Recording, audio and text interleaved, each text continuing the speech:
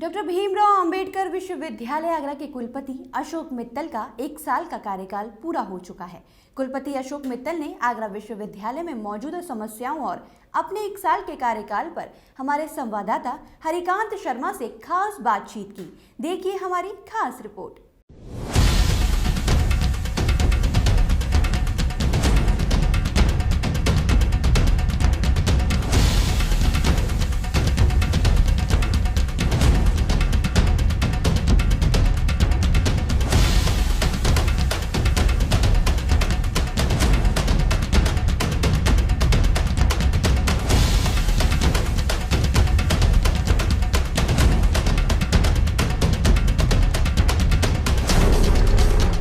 मेरा नाम है हरिकांत शर्मा, कैमरे के पीछे है मेरे साथी रंजीत चौहान। आज हम अंबेडकर विश्वविद्यालय में हैं और हमारे साथ अशोक मित्तल जी हैं, कुलपति हैं आगरा विश्वविद्यालय के। आपका 1 साल का सफल कार्यकाल पूरा हुआ है, तो आज का हमने इंटरव्यू कंडक्ट किया है इस विषय में। तो सर, सबसे पहले स्वागत है आपका, आपने प्रातः दर्पण को समय दिया। सबसे पहला सवाल है, आप अपने पूरे 1 साल के कार्यकाल को किस तरह से देखते हैं? कार्यकाल को थोड़ा देखूं तो बहुत अच्छा रहा। ये बात दूसरी थी कि पूरे विश्व में इस समय करीब 10 महीने बड़ी विपरीत परिस्थितियां रही कोरोना के कारण, तो उसमें है, लेकिन उससे भी हमने सबक लिया और अपने काम को गति देते चले गए। तो अपने आप में ओवरऑल देखा जाए कि इन विपरीत परिस्थितियों में भी हमने बहुत काम किया, अच्छा समय रहा। अगर 1 साल की उपलब्धियों की बात करें तो वो कौन सी उपलब्धि होंगी जिन्हें आप जनता के सामने रखना चाहेंगे? देखिए, सबसे पहले तो जब मैंने यहाँ ज्वाइन किया तो जो सबसे बड़ी परेशानी सामने आई कि बच्चे अपनी मार्कशीट और डिग्रियों को लेके बहुत परेशान थे। 10-10 साल के मामले लंबित थे, तो उसमें मैंने गति देने की कोशिश की और ईश्वर कृपा से मुझे उसमें काफ़ी सफलता मिली। अब आप देख सकते हैं, पहले यहाँ कैंपस में गेट से लेके रजिस्ट्रार ऑफिस तक बच्चों की लाइन, पूरे कैंपस में बच्चे रहते थे। अब आपको कोई विद्यार्थी यहाँ नज़र नहीं आएगा क्योंकि ज़्यादातर का निस्तारण कर दिया गया। और अब तो हमने ये व्यवस्था बना दी है कि बच्चे को यहाँ नहीं आना है, ऑनलाइन अप्लाई करेगा तो उसके घर पे बाई पोस्ट डिग्रियाँ पहुँच रही हैं। देरी से सत्र शुरू होना है, आज भी विश्वविद्यालय की एक सूल बना हुआ है, उसे क्या कहना चाहेंगे? या कोरोना को लेकर हो या उससे पहले भी? ये था कि पिछले कुछ सालों में यहाँ का सत्र काफ़ी ठीक हो गया था। पिछले साल 2 मार्च से हमारी परीक्षाएं शुरू हो गई थी, लेकिन कोरोना के चलते 18 मार्च से हमें परीक्षाएं स्थगित करनी पड़ी, जो कि फिर जाके अगस्त सितंबर में हुई। तो जाहिर है कि वो उसके वजह से सारा ही विलम्ब होता चला गया। एडमिशन फिर इस बार शुरू करने में देर हुई, इसीलिए इस साल की परीक्षाएं थोड़ा विलंबित होंगी, लेकिन मैं समझता हूँ 1 साल बाद उनको हम कर लेंगे, क्योंकि इस साल हम मई के फर्स्ट वीक से परीक्षाएं शुरू कराने जा रहे हैं, जो जून के मध्य तक हम समाप्त कर लेंगे और जुलाई तक हमको उम्मीद है कि काफ़ी कुछ हम रिज़ल्ट दे के और एडमिशन शुरू। सर, एक बड़ा सवाल है कि विश्वविद्यालय में 40,000 से ज़्यादा मार्कशीट डिग्रियाँ के भी शिकायत पत्र भी पड़े हुए हैं, उनका निस्तारण नहीं हो पा रहा है। छात्र यूनिवर्सिटी के देखिए, वो निस्तारण का कारण ये रहा कि हम लोगों ने 2017 में ऑनलाइन सिस्टम शुरू किया था जी, और उस वक्त तक जो फिर ऑफलाइन जो पहले एप्लीकेशंस थी उन पर कोई ध्यान नहीं दिया गया और वो बंडल बन के रखी रही। अब जैसे ही कोरोना से हम हुए, हमने उन पे भी विचार शुरू किया और मैंने उन सारी एप्लीकेशंस को निकलवा के और उनकी कंप्यूटर से पूरी लिस्ट और डिटेल्स बनवाए, और ऐसी मुझे 60,000 एप्लीकेशंस मिली, जिसमें से अब देखा गया कि 10,000 से ज़्यादा की निस्तारित हो चुकी हैं। कुछ बच्चों ने 2-2 बार अप्लाई कर दिया, तो इस हिसाब से हम समझते हैं कि 50% निकल जाएंगी। बाकी 50 के लिए हमने स्टाफ लगा दिया है, दिन रात काम कर रहा है, और मैं समझता हूँ कि अगले 2 महीनों में उनका भी निस्तारण हो जाए। फर्जी मार्कशीट की भी एक बड़ी समस्या है, फर्जी डिग्री की बड़ी एक समस्या है। कुछ दिनों पहले जली हुई मार्कशीट पाई गई थी, उन संबंध में कोई कार्रवाई नहीं हुई है। 2006 का 2005 का बीएड फर्जी मामला है। जलाने का प्रकरण था, हमने FIR लॉन्च करा दी अब उसमें पुलिस को करना है। हमने अपनी तरफ से जो भी कदम हो सकता था जी। वो उठाया, उस कर्मचारी की नौकरी भी समाप्त कर दी, इसलिए उसमें हम कुछ कह नहीं सकते। दूसरी बात, फर्जी मार्कशीट और डिग्री ये विश्वविद्यालय से नहीं, अब बाहर से बन रही हैं। ठीक है। अभी भी मैंने एक मार्कशीट पकड़ी है जी। जो हमारे विश्वविद्यालय से या हमारे कर्मचारियों के द्वारा नहीं की गई। बाहर जो दलाल घूमते रहते हैं ये है।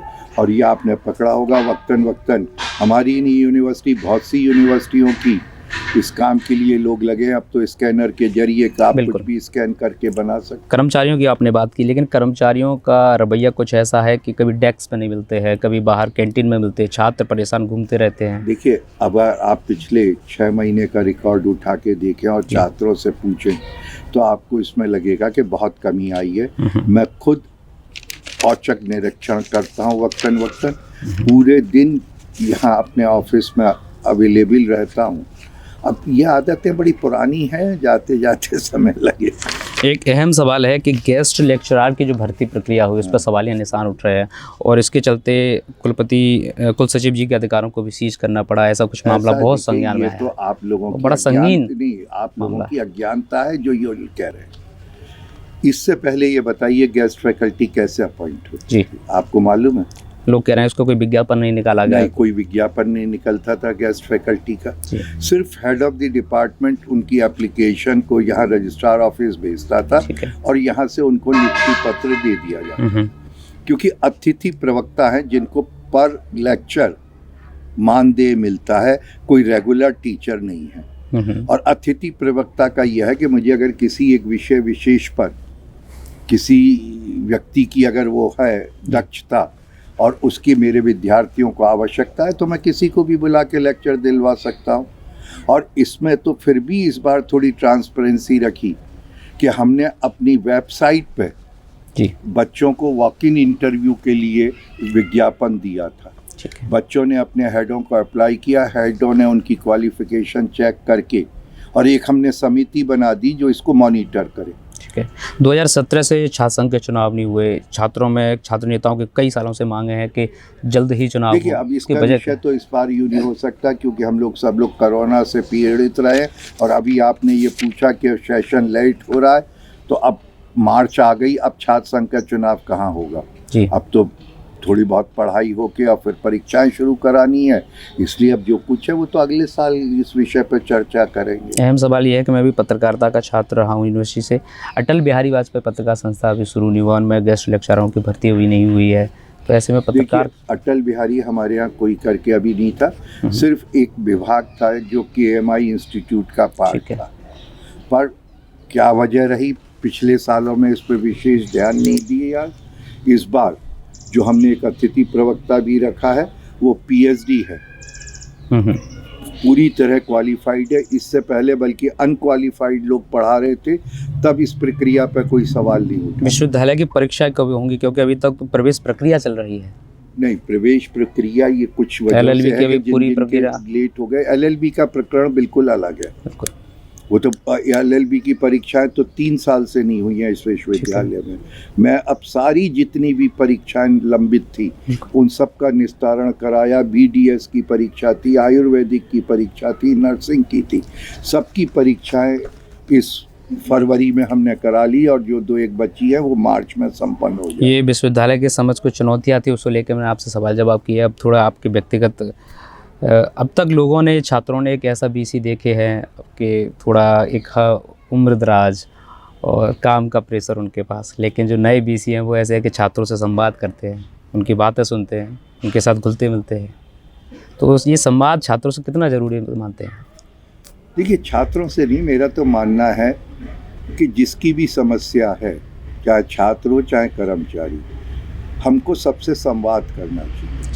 क्योंकि जब तक हम उससे संवाद नहीं करेंगे, उसकी बात को सुनेंगे नहीं, हमको कैसे मालूम होगा उसकी परेशानी क्या है।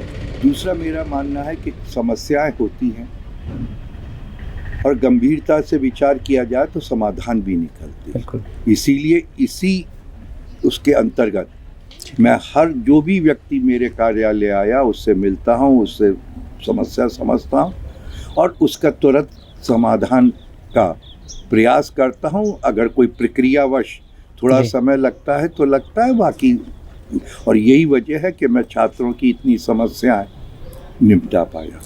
आधुनिकता की ओर विश्वविद्यालय बढ़ रहा है, तो आप अपने जो बचे हुए कार्यकाल में विश्वविद्यालय को कहाँ देखना चाहेंगे? देखिए, 1 साल तो निकल ही गया, 2 साल 2 साल और बाकी हैं। इस साल जो है बिल्कुल। नई शिक्षा नीति के क्रियान्वयन पे पूरा जोर है, तो इसलिए मुझे उस पे ही लगा हुआ हूँ। एक टास्क फोर्स बनाई है, 10 विभिन्न समितियाँ बनाई हैं, उन सब की रोज प्रोग्रेस रिपोर्ट देखते हैं और इसी पर मंथन हो रहा है कि हम विश्वविद्यालय परिसर में तो ये नीति अपना लेंगे, क्योंकि हमारे यहाँ ऑलरेडी सेमेस्टर सिस्टम पे बिल्कुल। परीक्षा है। लेकिन और जो तमाम कॉलेजेस हैं जिनमें एनुअल सिस्टम पे परीक्षाएं होती हैं, उन पे हम ये नीति कैसे लागू करेंगे जिससे छात्रों पे भी एकदम बोझ ना पड़े, ठीक है। और हम नई नीति का जो फल है वो बच्चों को मिल सके। उन युवाओं से आप क्या कहना चाहेंगे जो आपके विश्वविद्यालय के छात्र हैं, उनके भविष्य के लिए क्या कहना चाहेंगे? कोई ऐसा मैसेज, कोई ऐसा संदेश छोड़ना चाहें? भैया, मैं अपने छात्रों से एक ही बात कहना चाहता हूँ कि पढ़ाई में कोई शॉर्टकट नहीं है। और हमारे यहाँ बच्चा वही आता है जो इंटर पास होता है और ग्रेजुएशन और पोस्ट ग्रेजुएशन या पीएचडी करके उसको फिर रोजगार बाजार में जाना होता है। तो अगर ये समय उसने अपनी पढ़ाई में, अपनी ट्रेनिंग में, अपने प्रैक्टिकल में अच्छी तरह लगाए तो जाहिर है वो एक कुशल व्यक्ति बनेगा और उसको रोजगार आसानी से मिल सकेगा। बिल्कुल। इसलिए मैं छात्रों से यही कहता हूँ कि खेल कूद भी हमारे लिए आवश्यक है, हमारे शरीर की उसके लिए, दृढ़ता के लिए। तो पढ़ाई में पूरा ध्यान दें, खेल कूद में ध्यान दें, और ये छात्र जीवन दोबारा लौट के नहीं आएगा। बिल्कुल, ये बहुत तो बड़ी जो बात। सांस्कृतिक कार्यक्रम है उनमें भी भाग लेके जिससे उनका मन प्रफुल्लित रहे, अपना सर्वांगीण विकास करने की कोशिश करें, क्योंकि ये मौके फिर उनको दोबारा नहीं मिलेंगे। बिल्कुल, बहुत बहुत धन्यवाद सर, आपने समय दिया बात की दर्पण न्यूज़ से। आपका बहुत बहुत धन्यवाद। Thank you sir.